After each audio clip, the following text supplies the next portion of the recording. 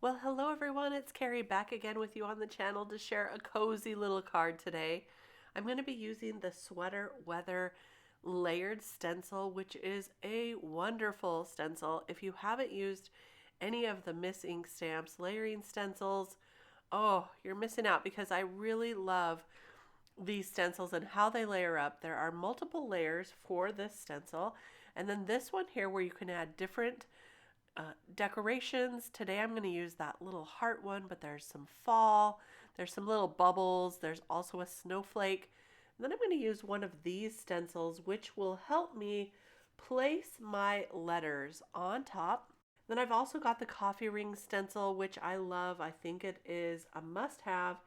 And I'm going to use one of these die sets, which has the alphabets in them. Now, these placement stencils or these placement guides help you to put some common words on your cards by lining up those letters just right. So I haven't decided which one I want to use yet, the Eieio frame die alphabet or the modern typeset frame die alphabet. You might be able to guess if you have been watching my videos for any length of time. You might be able to guess which one I choose. Oh, but I wanted to show you that these layering stencils also have numbers in the upper right hand corner, so it's really easy to figure out which one goes where. And I've chosen a bunch of pinks and reds for my colors today because I've got Valentine's cards on my mind. I'm going to use the MISTI with my grip mat inside to help me line up all of these stencils perfectly. If you don't have a MISTI or a grip mat, then Miss Ink Stamps also has a placement stencil, which is like a little L-shaped stencil you can use to line these up perfectly. So in order to get my paper on in the spot that I want, you can see I just lined it up with one of those stencils to make sure it was kind of centered. And then my paper sticks to that grip mat. And I place each of the stencils in the corner and layer them up, and that way I get them all in the right placement to create this card. I started out with some antique linen for the hot cocoa or the coffee, whatever you want it to be. I'm going to end up darkening that up later. And now I'm going to start with a light pink ink here, and I'm going to ink on this second layer. This has the fingernails and the sweater base, and also a first little part of that coffee cup. And so all of these can be the same color, but if you want them to be different, you can also do them different colors. I'm going to add some darker shades to the fingernails to kind of match my fingernails today. And so I'm coming in with that sparkling berry to darken those up, just like so. And then I'm also going to darken up the inner part of the sweater just below the coffee cup, just to darken that up as well. So here's what it looks like so far. Now we're going to add this layer here, which makes the little knit lines in the sweater, and it adds a darker ring around the coffee cup on the upper right hand corner, including the handle. And so this creates some dimension for you. It's beautiful. So I just added all of that beautiful sparkling berry, which is a darker pink color for my Valentine. Look at that. Now the next layer is the hands, and I was trying to figure out what color could I use for these hands. I have this peachy color, but it was too orangish looking, so I decided to start with my antique linen, or this is actually the tea dye color, and it kind of blended in with with the hot cocoa. So I'm going to darken that up, and then I'm going to come in with a little bit of the antique linen, and that will create the lines on the hands for the details here. See that? You can see that a little bit. There's a lot of sunlight pouring in. So now I'm going to go back with this first one with some vintage photo, darken up that cocoa for me, and this is going to work a little bit better for the contrast. So there we go, just adding that in. And now it's time to add a little decoration on top. I'm going to use this heart here, like I said. I wish I would have gone with the bubbles in the center, because you'll see when I add the sentiment, it kind of hides that heart just a little bit. But before we do that, I'm going to take some light pink ink. This is the Sponge Sugar Distress ink, and I'm going to add some of these coffee rings. Now this is a must-have stencil in my opinion. It can add some designs when you have too much white space. It can add a little bit of interest in the background. It's really great. There are lots of different shapes of rings and designs, and also some splotch marks, so you can add some extra decoration. Now I did not want to mask off the hands and the coffee cup, so I'm just being very careful here as I place my stencil to not get it over the design that we've already stenciled on.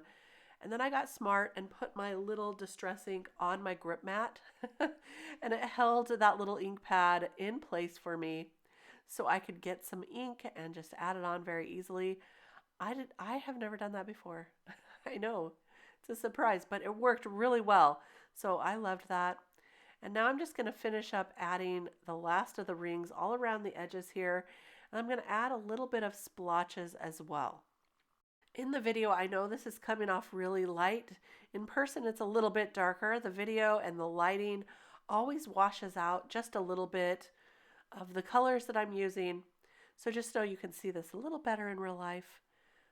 But I love that little extra design feature there. Now it's time to add that heart, and I decided to go with a little frothy heart. So I'm bringing in my white ink here. This is a pigment ink, so this is going to sit right on the top.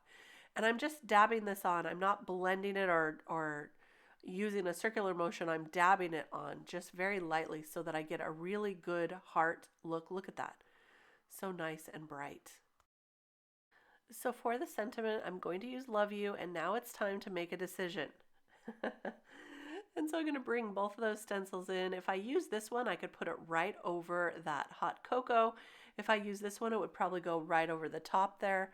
And of course, I decided on the modern Typeset.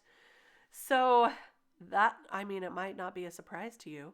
So I've got some hot pink cardstock, and I'm going to add some sticky to the back of this. This is some double adhesive here.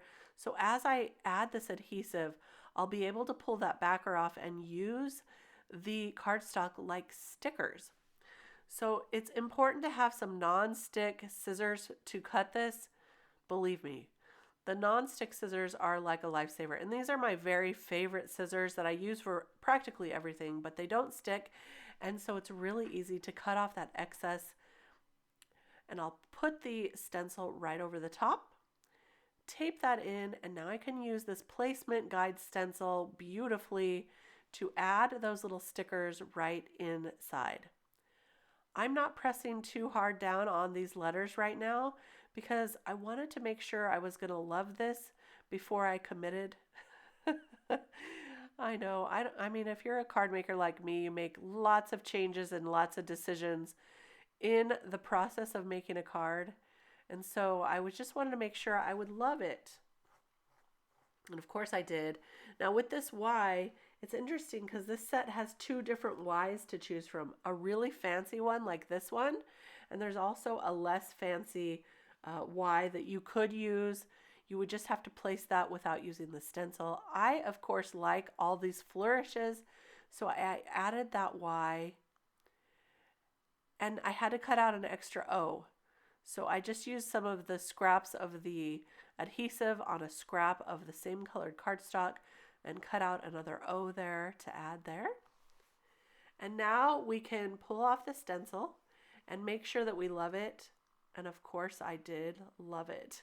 So I'm going to press those down, and what's going to help also is by using a frame die, I'll run this through my die cut machine with this scalloped frame die, and this is from the Eieio frame set right here. This one, this die is what I'm going to use, and when I cut this out and run it through my die cut machine, it's going to actually stick those letters down even better.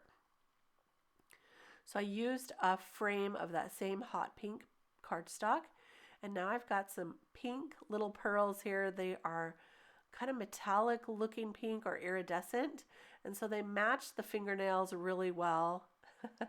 So I use those as a little dimensional aspect on my card. And now I'm going to put this on the card base. I recently just refilled my card bases.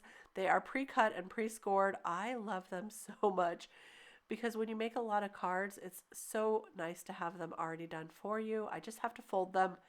Then I add my card panel to the card base, and there's our card for today. I love it. I hope you love it too. It's really fun with these stencils to create just a beautiful, easy to put together layered look on your cards. I hope you enjoyed this video. If you did, give it a thumbs up. I've also linked and put everything in the description for you to take a look at. I'll be back soon with more cards to share. Happy crafting and Happy New Year!